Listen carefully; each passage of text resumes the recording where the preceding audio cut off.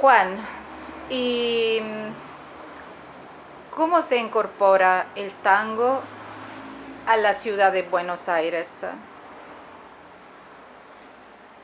Bueno, dijimos que las dos orillas, tanto Buenos Aires como Montevideo, son creadoras de esa nueva música a la que se denomina tango, empieza a incorporarse a las ciudades que ya habían dejado de ser las primitivas ciudades coloniales para transformarse en las nacientes ciudades que estaban por entrar en el siglo XX. Estamos hablando de 1890 y pico, donde tanto Montevideo como Buenos Aires eran ciudades de hombres. No había mujeres en general, porque no estaban constituidas las grandes urbes ciudadanas con mujeres incorporadas a la vida cotidiana. Acuérdense que la mayoría que viene son inmigrantes que viajan de Europa a América, precisamente para terminar siendo lo que se llamaba tanto en Italia como en España, como en los países de la zona fría y falta de trabajo por las necesidades del clima, del ambiente, de las iniciales guerras que se estaban formando en aquellos lugares, vienen a buscar la América.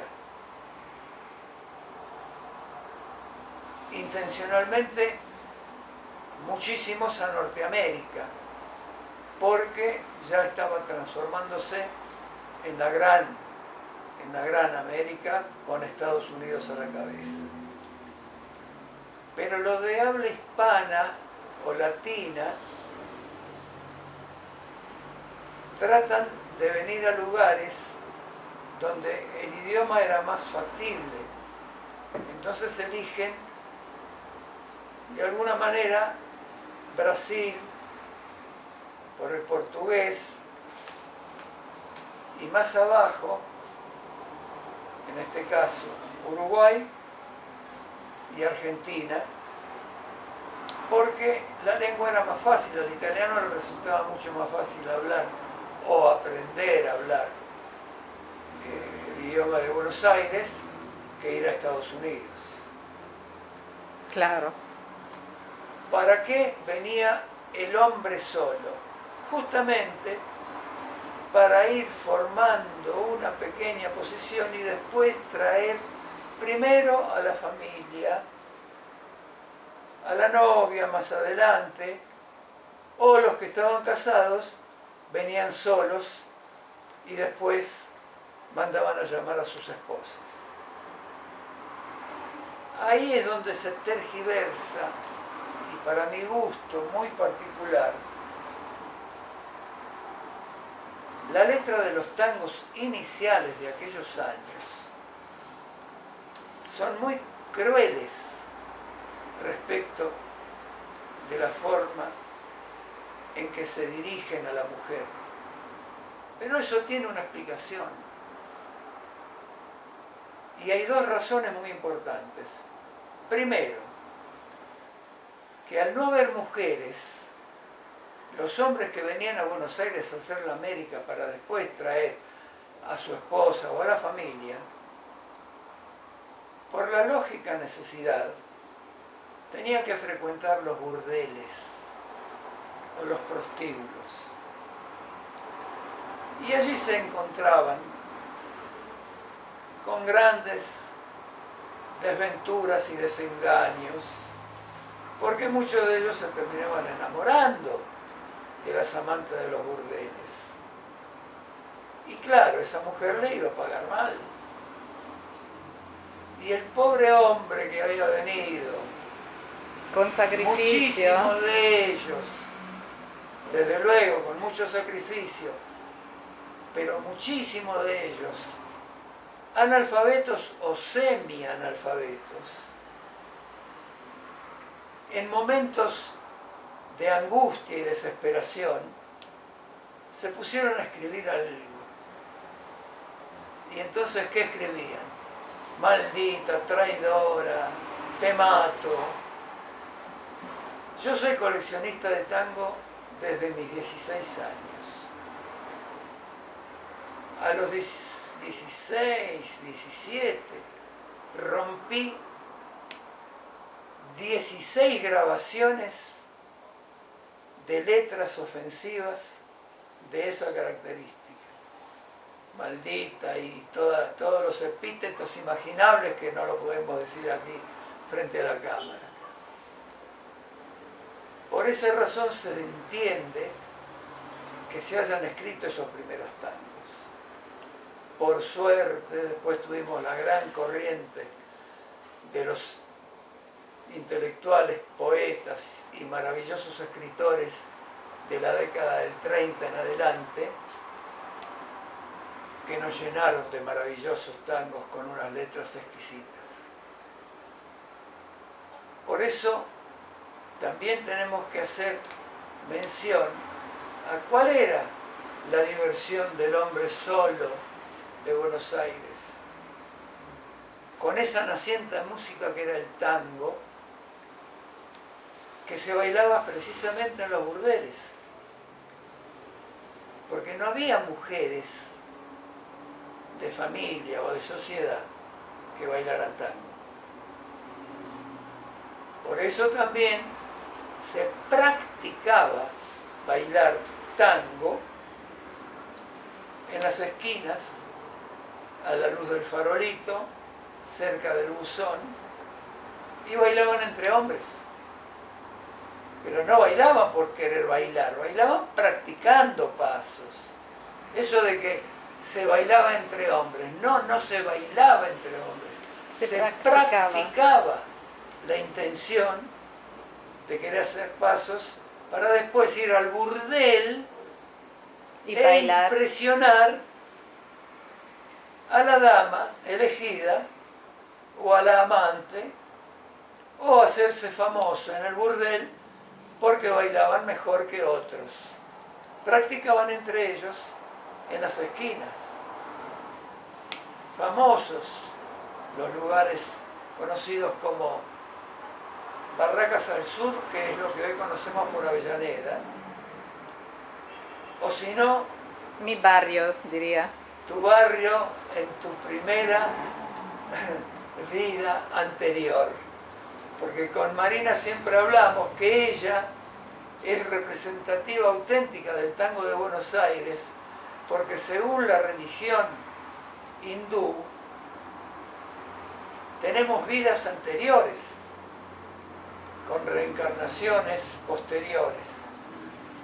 Y yo siempre le dije a Marina el día que la conocí, porque ella sabe muchísimo de tango, de todo, baila como los dioses, pero además conoce mucho del tango de la primera época, inclusive de la época del 40, todo, y tiene un gusto selectivo maravilloso.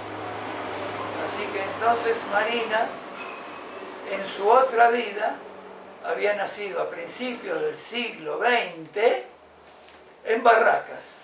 Por eso el y allí chiste. hizo sus primeros intentos de tango. Claro. Bueno, seguimos entonces con que el tango se bailaba en las esquinas para practicar. ¿Por qué no había mujeres? Porque el tango era mal visto debido justamente a su origen prostibulario. Pero gracias a los grandes de aquellos años, alrededor del año 20, como fueron Canaro, toda aquella camada, Firpo, que con sus inquietudes fueron llevando de a poco el tango desde Buenos Aires a Europa. ¿Y qué sucede? Justamente en un famoso cabaret en Francia llamado El Garrón,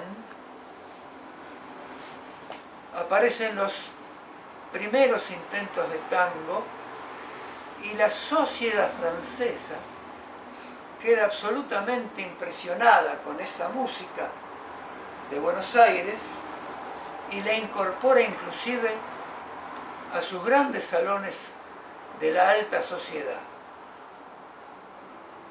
Cuando llega de regreso a Buenos Aires la noticia que en Francia la gran sociedad abrió sus salones a esa danza prostibularia que era el tango, se produce una eclosión absolutamente increíble y jamás pensada, que la sociedad argentina,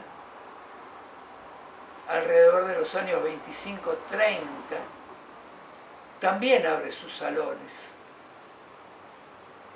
Y el representante más directo de aquellos grandes salones de las sociedades de alto poder adquisitivo de Argentina, las reuniones de esos salones estaban a cargo del gran don Osvaldo Fresedo, que llegó a tener 4 orquestas simultáneas actuando en el Tigre Hotel, en el Jockey Club de Buenos Aires y, en honor a la verdad, en otros salones que yo no los recuerdo en el nombre precisamente en este momento.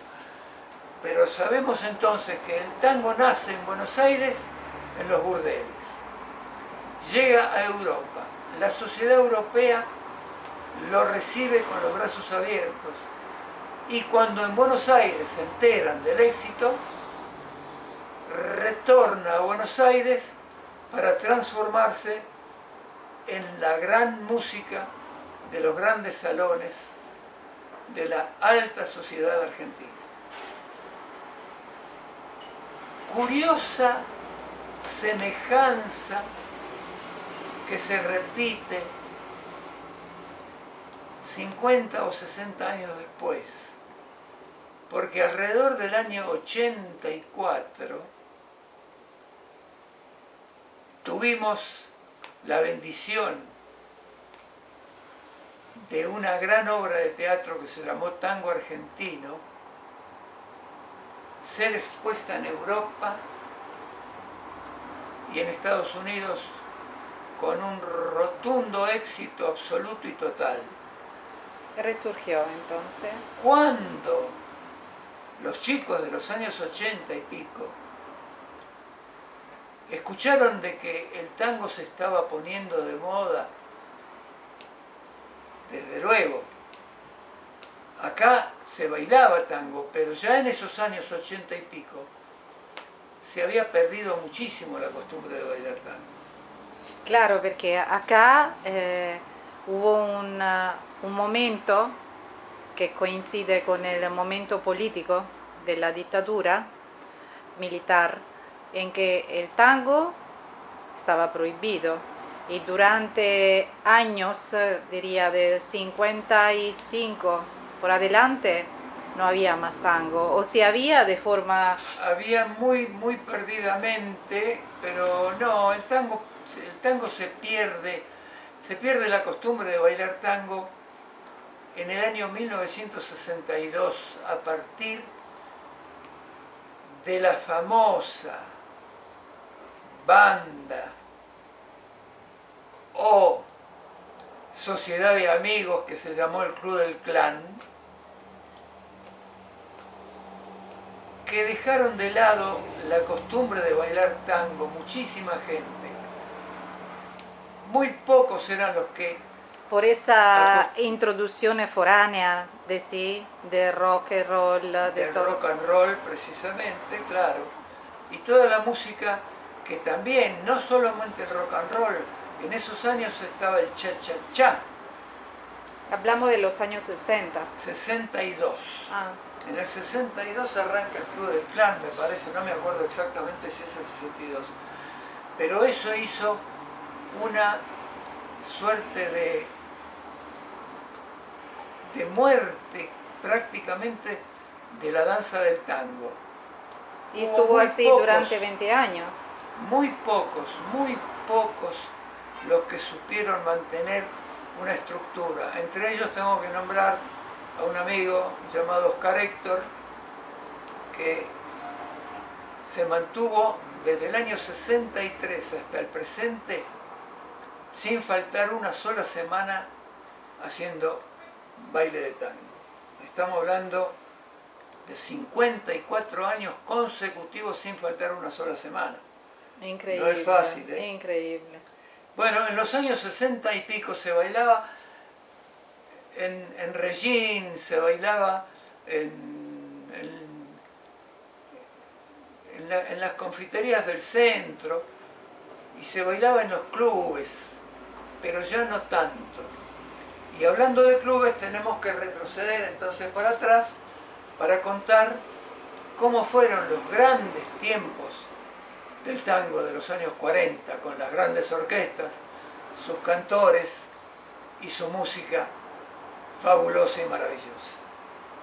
Si te parece bien, seguimos o hacemos una pausa. Bueno, como quiera tú. Yo diría que hagamos una pausa y seguimos con la historia de Del los 40. clubes de barrio, las grandes orquestas, alrededor de los años 35 en adelante. Y ojo, acuérdense lo que les digo, año 35 es muy importante, por dos razones. Seguimos en un momento.